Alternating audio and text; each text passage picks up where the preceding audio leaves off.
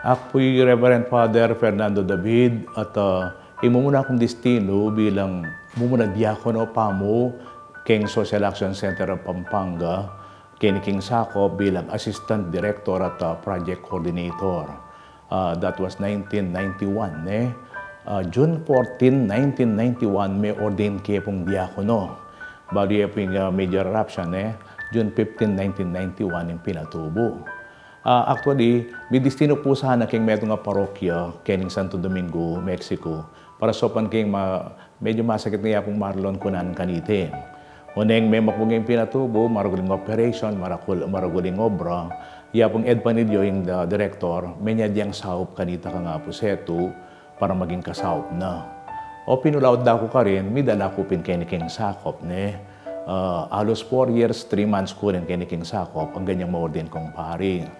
Halos yung obra kanita, bari naman po inyang pinatubo, maragul a probleming milyari. Dening tao, may nga tambunan la rin karelang bale, may tambunan karelang kabiyayan, di karelang pibandyan, yung karelang asikan, pati na yung karelang pangarap, bala mo alas may tambunan. Yapin, yung obra, kining sa ako kanta, yapin yung pamamaya relief, rescue operations, din kay potang daratang ng lahar, kailangan lang sopan, idala kitang ligtas sa lugar, dening tao. At makay mo naman, potang miras no king resettlement, alos makanita mo naman, tang rehabilitation process yung makaba. Balo nyo, kalingon itang slogan na puning sakop, king kayang resettlement program, you help them eat, now help them live, nga na. Asopan talang mengan, nginisopan lang kumabye. At baluta naman kasi, yung pamangailangan niyang panonitan, makapamita pin relief, rescue, rehabilitation, ni kay stress debriefing, seminar, ni kay mantun po namang kabiyayan. Siyempre, kailangan may sunding pamibiyebe. At alawang meeting kailangan. Niyang alos 1995 na chunuking resettlement ng tao. Iya po seto, kinaulnak po kanita. Bali na po itong kinaulnak ka, ilipat na kadestino kanita. Daladapin king resettlement. Yung Bulaon, City of San Fernando, yan po yung mumunang parokyang resettlement na maging parokya. Ngayon ipituno po rin resettlement parishes na po. Minuna yung diling Bulaon. March 3, 1995, niya pong may destino ko ka rin. Baliyo ko tang po ang apseto kanita, Monsignor, nano pong gawan ko kayong resettlement nga ako? Nano pong maging mission ko ka rin? Baliyo nga ekaling mo ng sinabi na, pag misa mo rin tawa mo nga na, ngayon po ang ating masakit lang yan mula, po ang ating mamamate pag misa mula. Itang ano na kasakit abili, pot kaya ito, itasang ilang magkasakit maning tunpare, nga na, may lahar na lo, ano pa magkasakit, isang panamdaman dang elami pa brand, lalong lalaking kailang biya kasalpantayanan. Kadwa nga na, panyadbong saop king sakop nga na, dahil maging ay biyata ka rin, panyadbong saop king sakop, popo nga ako. Yapin pong miras king resettlement, bala niyo po yung problema, itang potang ding tao, siyempre, tsula ba king mababang pamibiyebe, dabrik sabyan, panamdaman da pa po yung karelang biyeketang king dati dang biyeke ni King Bacolor.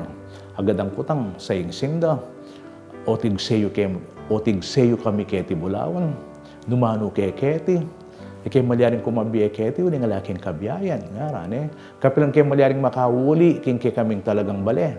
Ito yung panitang isipan, yung karalang biyekeng resettlement, bala mo, permanente, blam temporary mo, talagang buli, bisadang buli, king karalang original tuknangan, King Bacolor, din ta ka rin. Yung pala pong Bulawan, kaya naklan na taulangan Bacolor po, po, mga 4,700 families la kanito, diyan ang king bank houses, diyan ang alapang bale, mga 1,500, makanitala po, kaya bidala king 70 hectare gabon, mga more than 20,000 individuals la po rin.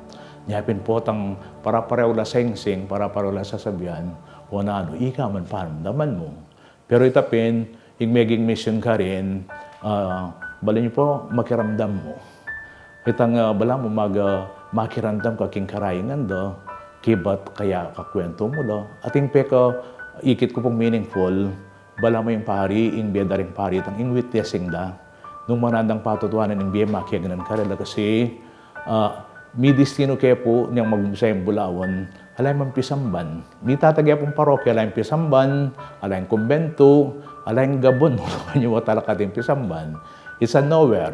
Pero ang importante rin, tawa chula, kan tataya patutuanan, yung Santa Iglesia ya building, tawla, yung tao yung balayanan ng Diyos. Utapin, karinat tandaan ko, siyempre, dakala sasaw. May kasama na kayong ministeryo ka rin, niya pining muna, uling marugla problema, team ministry po kanta. Abi kay Father Francis Dizon, po, uling, nung ako mo, imagine nyo, more than 20,000 people, kaya ba't, makanan ay mula rin na service yun. Adwa kayo pong pari kanita. Kaya ba't diyan da ko po ng diakono, balang ating maordin ng diakono, ating pong kasawop. At itapin, yung makasawop ka rin, yung misa, potang may titipon na rin tao, at panandaman da. Ini mo, at nga pagsantungan. Kasi kutang da, nukan kayo po simba, nukan kayo po mga di, potang bisa keng mantun lang santungan dening tao, at least agyang mumuna kayo take pa barong-barong, kaya ba't bagya-bagya, may ngarap laring pagbuwang marugla Pisamban. At yung metong makasap mo rin nga reading leaders, balak mo kaniting mission, daralaming Diyos ka rin tao, pero disnan mo din tao, tinong kasalpantayanan. Tamo, pinachula keng krisis. Ang tabayanan na keng krisis daranasan do, paksabyan ang pong tapin makikirandam karelo. Ang pangigit ko, itang panandam kong I am one with them, and I am one of them. Uling kita pong bali, kaya parang diyan mo bitang kumbento. Meron nga pong 25 square meter horse shelter at tuning ka rin. Tuning kay kang sala, pagkeran, pati kay kang dining, pati tasiya, 1 by 1 meter ya mo. King kataba ko ngayon potang pagkasya king sarili ko ka rin mo. Pero balo na rin tayo, potang sasaklo ka rin ang poso makanyan, ikita mo rin tao, pwede pa lang kumabing pari keng makanyan. And ito pong masanding bala mo feedback do, bala mo yung pari, tanda niya naman yung pag-asa.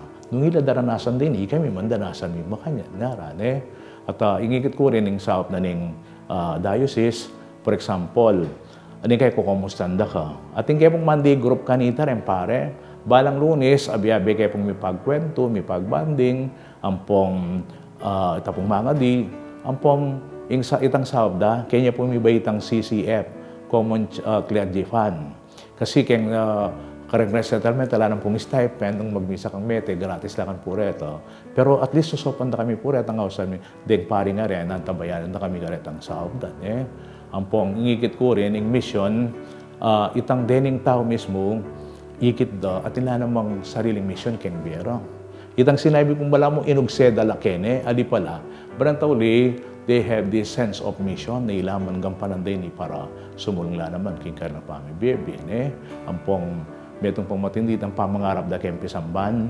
Uling imbiyera temporary mo, manintun la pong permanence, Kasi balo da, during that time, din ka lang bali, param dala mo, use of rock contract nga ran. After some time, ibalik dala rin kayong gobyerno rin. Yung minuna po makanyan, param dala rin tok na ganda. Makanyan tana mo nga ran, latang ka-permanent yan. At least mo, yung mga, they have no experience of a home, ikit ko, at least kayo mo mampisamban, panamdaman tayo itong tang marubla pamilya nga ran. Nya, may ngarap lang pong patalakad pisamban, king sap naman nga pong gano'n. Kanita po dakala sasaop, agyang panahon na ning kalamidad, dening tao lalantok ng sasaop, anaping St. Paul, where sin abounds, grace abounds all the more. Puputang daratang yung disgrasya, mas dakala grasya naman ing datang, king kasalpantiyan taking apong gino.